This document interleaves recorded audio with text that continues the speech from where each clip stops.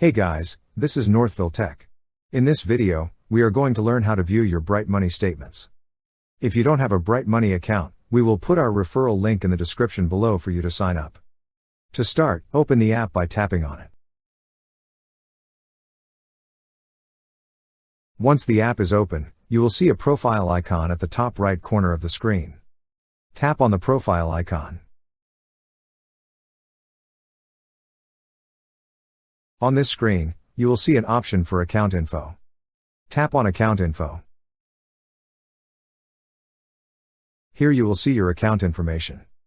At the lower part of your screen, you will see an option for account statements. Tap on account statements. Now you will see all of your account statements. Tap on the statement you wish to view. That's how you view your Bright Money statements. Thank you so much guys for watching, and if you have not yet subscribed to our YouTube channel, please subscribe to our YouTube channel as we create tech videos related to financial apps almost every day. Also check out our website northvilletech.com for great tech articles, and our recommended resources in the description below for various sign-up bonuses.